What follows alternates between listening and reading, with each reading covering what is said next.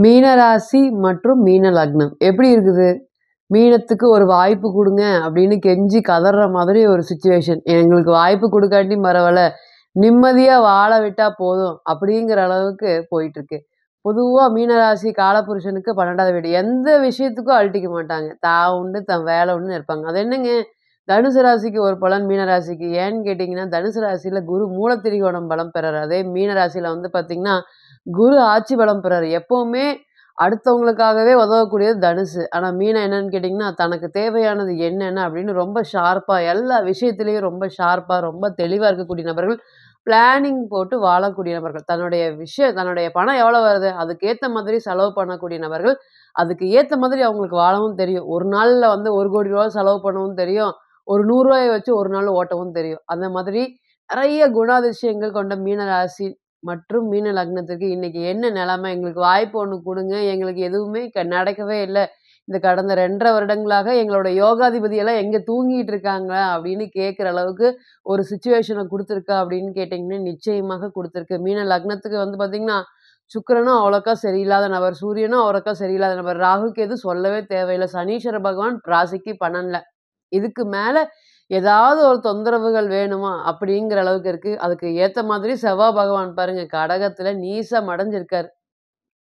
பொதுவா இதெல்லாம் நல்லதுக்கா அப்படின்னு கேட்டீங்கன்னா, நல்லதுக்கே இல்ல. மீனத்த பொறுத்தவரையும், அப்படியே ஒரு குட்டையிலேருந்து எந்திரிக்க முடியாம திணறிட்டு இருக்கிற மாதிரி, மூச்சு மட்டும் விடுறேன். வேற எதுவுமே எந்த வேலையுமே நான் பண்ணல அப்படின்னு சொல்ற அளவுக்கு ஒரு சிச்சுவேஷன். இருந்தாலுமே மத்தவங்களுக்கு யாருக்குமே விட்டு குடுக்காம, நீங்க எப்படி இருந்தீங்களோ, அதே மாதிரி தன்மானத்தோட தான் இன்னைக்கு இருக்கீங்க. என்ன அன்னைக்கு எல்லாமே வந்து ரொம்ப தைரியமா, தன்னம்பிக்கையா இருந்தீங்க. இன்னைக்கு யாருக்கும் தெரியாம அழுகுறீங்க. அதுதான் வித்தியாசம். அந்த அளவுக்கு தான் மீனராசி மற்றும் மீன லக்னத்துக்கு இடிக்குதா அப்படின்னு கேட்டீங்கன்னா, நெறைய பிரச்சனைகள். யா யா யா இப்ப யார்ட்ட போய் சரணாகதி அடைஞ்சிருக்கீங்க? கடவுள்ட்ட தான் போய் சரணாகதி அடைஞ்சிருக்கீங்க. எனக்கு எனக்கு இதுக்கு மேல எதுவும் வேண்டாம். நிம்மதியா வாழ விட்டா போதும். என்ன ஒண்ணு ஆரம்பிச்சாலும், எந்த ஒரு பிரச்சனை, அவங்கவங்க பங்குக்கு அவங்கவங்க பிரச்சனை குடுத்துட்டு போயிர்றாங்க. இப்ப சம்சார பங்குக்கு சம்சாரம், தொழில் சம்மந்தப்பட்ட விஷயத்துக்கு தொழில்ல பிரச்சனை, குழந்தை ஒரு பக்கம், இந்த குழந்தையினால கஷ்டங்கள் ஒரு பக்கம். அந்த மாதிரி சொல்லி முடியாத அளவுக்கு கடுமையான தொந்தரவுகளை சந்திச்சுட்டு இருக்கக்கூடிய மீனராசி மற்றும் மீன லக்னம்.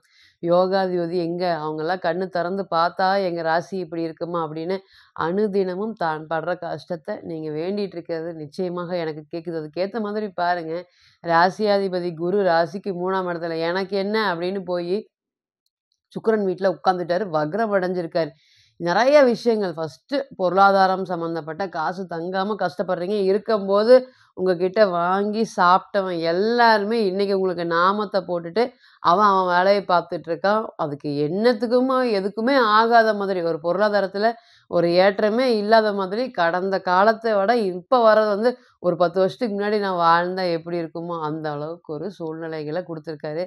எல்லாரையும் போய் புரிய வைக்கிறது, எல்லாரையும் கெஞ்சறது. இதுதான் மீனராசி மற்றும் மீன லக்னம். யார்கிட்டயும் காம்ப்ரமைஸும் பண்ண முடியாத ஒரு சூழ்நிலை. இதுக்கு முன்னாடி நீங்க பேசுனா கேட்டுருப்பாங்களோ, கேட்டுருக்க மாட்டாங்களோ. ஆனா இன்னைக்கு நீங்க பேசுறது யாருமே கேட்காத ஒரு சூழ்நிலைகள்.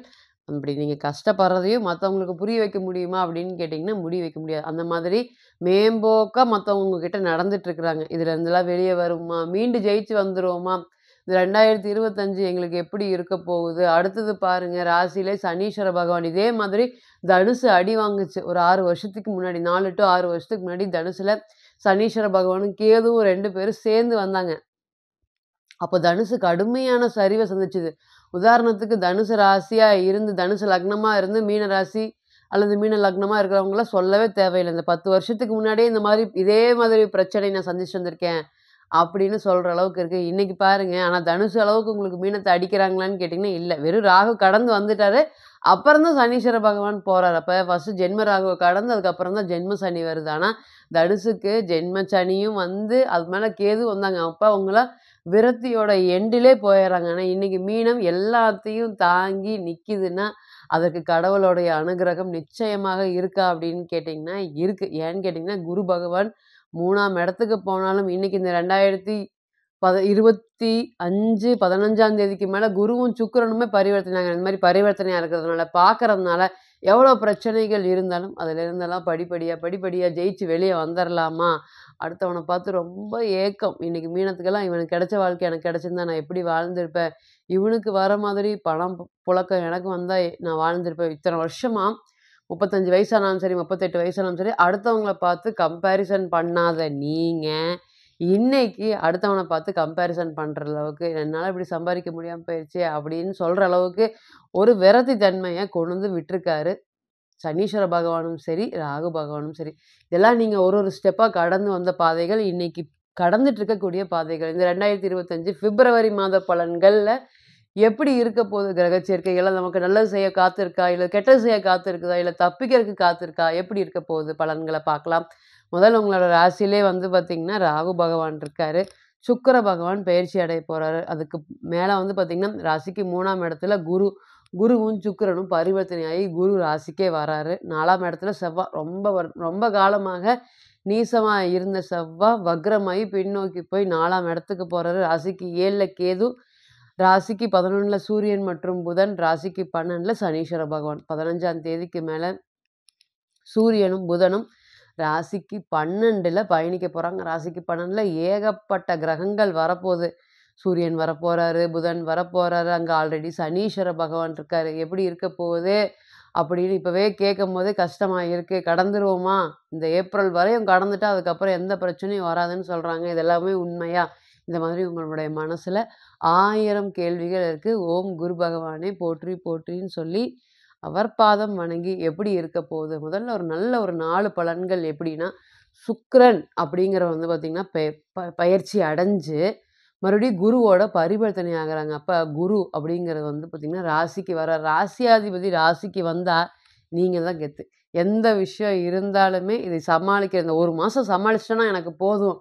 அந்த அளவுக்கு நான் வந்து காம்ப்ரமைஸ் ஆகவே முடியாது எந்த ஒரு சூழ்நிலை அப்படின்னு சொல்லக்கூடிய நபர்கள் அனைவருக்குமே, இந்த டிரான்சிட் இந்த கோச்சாரம் உங்களுக்கு வந்து செயல்திறன், வேகம், விவேகம் எல்லா பிரச்சனையும் தாங்கிக்கக்கூடிய ஒரு சூழ்நிலையை எடுத்து குடுப்பாரா? அப்படின்னு கேட்டீங்கன்னா, நிச்சயமா குடுப்பாரு. அடுத்த ஸ்டேஜுக்கு போறதுக்கு உண்டான வழி. இத்தன நாளா பிரச்சனை இருந்த மாரி இந்த 1 மாசம் மட்டும் ரிலீஃபா இருக்கு. அப்படின்னு சொல்ற அளவுக்கு ஒரு நல்ல ஒரு பலன்கள நீங்க எதிர்பார்க்கலாம். அதேபோல பரிவர்த்தனையாகி குரு ராசிக்கு 7ஆம் வீட்ட பார்க்கறதுனால, ரொம்ப வந்து நாங்க திருமணத்துக்கு வந்து முயற்சி பண்ணிட்டு இருக்கிறோம். எங்க குடும்பத்த யாராவது ஏதாவது சொல்லி, சொல்லி எங்களுக்கு திருமணம் டிலே ஆகுது.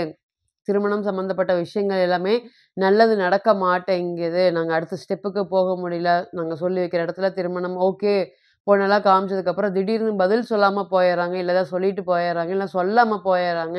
இல்ல கொஞ்ச நாள் பார்க்கலான்னு சொல்லிட்டு விட்டுட்டு போயர்றாங்க. இந்த மாரி பிரச்சனையாயி நின்ற திருமணங்கள் அனைத்துமே நடக்கிறதுக்கு இந்த 1 மாத காலங்கள்ல திருப்பி பழையபடி பேசி காம்ப்ரமைஸ் ஆயி நடப்பதற்கு உண்டான சூழ்நிலைகளை ஏற்படுத்தி குடுக்குமான்னு கேட்டீங்கன்னா, நிச்சயமாக ஏற்படுத்தி கொடுக்கும். புத்தி கூர்மை, தைரியம், தன்னம்பிக்கை இதெல்லாம் எங்கேருந்து வருதுங்க? ராசியில வந்து குரு வராரு. ராசியில குரு வரும்போது பரிவர்த்தனையாகி குரு வரும்போது, ஆட்டோமேட்டிக்கா உங்களோட விஷயங்கள் இதுக்கு முன்னாடி இருந்த நீங்க, இன்னைக்கு இந்த 1 மாசத்துல இருக்கக்கூடிய நீங்க, கண்டிப்பா வித்தியாசப்படுவீங்களா? அப்படின்னு கேட்டீங்கன்னா, படுவீங்க. புத்தி கூர்மை, தைரியம், தன்னம்பிக்கை, சாமர்த்தியம் அதுதான். இந்த சாமர்த்தியம் இல்லாம தான் இன்னைக்கு ஒவ்வொன்னையும் ஜெயிக்க முடியாம தடுமாறிட்டு இருக்கீங்க. இனி வரக்கூடிய காலங்கள்ல சாமர்த்தியம், காசு தங்காம கஷ்டப்படுறது, அதேபோல வந்து இன்னைக்கு ஊர விட்டு ஓடிடலாமா? ஊர விட்டு ஒதுங்கி இருக்கலாமா? காசு சம்பாரிக்கிறதுக்கு வெளிய போகலாமா? அப்படிங்கிற எண்ணங்கள் தான் அதிகமா இருக்கு. அதன் மூலியமாக ஒரு பொருளாதாரத்துல ஒரு பெரிய ஏற்றத்தை குடுக்கக்கூடிய காலமாக இருக்குமா? அப்படின்னு கேட்டீங்கன்னா இருக்கும். ஊரே ஒதுக்கி வச்சாலும், இன்னைக்கு எல்லாத்தையும் தவிர்த்துட்டு நீங்க ஜெயிக்கக்கூடிய காலம் வந்துருச்சா? அப்படின்னு கேட்டீங்கன்னா, நிச்சயமா வந்துருச்சு. மறைமுக எதிரிகளுடைய தொந்தரவு 6ஆம் அதிபதி 12ல மறைஞ்சுட்டாரு. அதனால நம்ம கருத்து அடுத்தவங்ககிட்ட எடுபடாம இருந்தது. அடுத்தவன் நம்மகிட்ட பணத்த வாங்கிட்டு அடுத்தவன நம்ம பார்த்து பயப்படக்கூடிய ஒரு சூழ்நிலைகள். இனி இதெல்லாமே விலகப் போகுது. என்னடா அடுத்தது? பொருளாதாரத்துக்கு ஒரு ஏற்றத்தை நோக்கி செல்லக்கூடிய ஒரு நல்ல கோச்சார காலமாக இருக்கும். ஆயுள் சம்மந்தப்பட்ட பயம். தூங்குனா எந்திரிக்கவே முடிய மாட்டேங்குது. இரவானா என்னால தூக்கம் வர மாட்டேங்குதுங்க. அந்த அளவுக்கு ஆயுள்ல வந்து எனக்கு ஏதாவது ஆயிருமா? என்னுடைய குடும்பத்த யாரு பார்க்க முடியாது? என்னுடைய குழந்தைகள யாரும் பார்க்க முடியாதுன்னு அனுதினமும் மனசு வலியோடையும், வேதனையும் தூங்கிட்டு இருக்கீங்க. இனி வரக்கூடிய காலங்கள்ல 12ஆம் இடத்துல நெறைய பலம் பெற்ற கிரகங்கள் இருக்கிறனால, தூக்கம் சம்மந்தப்பட்ட பிரச்சனைகள், ஆயுள் சம்மந்தப்பட்ட பிரச்சனைகள் எல்லாமே குறையுமா? அப்படின்னு குறையறதுக்கு வாய்ப்பு இருக்கா? அப்படின்னு கேட்டீங்கன்னா, நிச்சயமா இருக்கு. என்ன இருந்தாலும் மீனராசி மற்றும் மீன லக்னம் அடுத்த ஸ்டேஜுக்கு போறத யாரும் தடுக்க முடியுமா? அப்படின்னு கேட்டீங்கன்னா, கண்டிப்பாக, நிச்சயமாக முடியாது. இப்ப நீங்க கேட்டுருந்துட்டு இருந்த அனைத்துமே கோச்சார பலன்கள் தான். கோள்களுடைய சாரம் அனுதினமும் மாறும். இன்னைக்கு ஒரு கிரகம் ஒரு நட்சத்திரத்தில பயணிக்கும். நாளைக்கு அதே கிரகம் வேறு நட்சத்திரத்தில பயணிக்கும். அப்ப பிறந்த கால ஜாதகம் அப்படிங்கிறது 100%. கோச்சாரம் அப்படிங்கிறது 40லிருந்து 60% மட்டுமே பொருந்தும். தனிப்பட்ட ஜாதகத்தை நீங்க எடுத்து ஆலோசனை பண்ண விருப்பப்பட்டா, கீழ இருக்கக்கூடிய இந்த நம்பருக்கு கான்டாக்ட் பண்ணுங்க.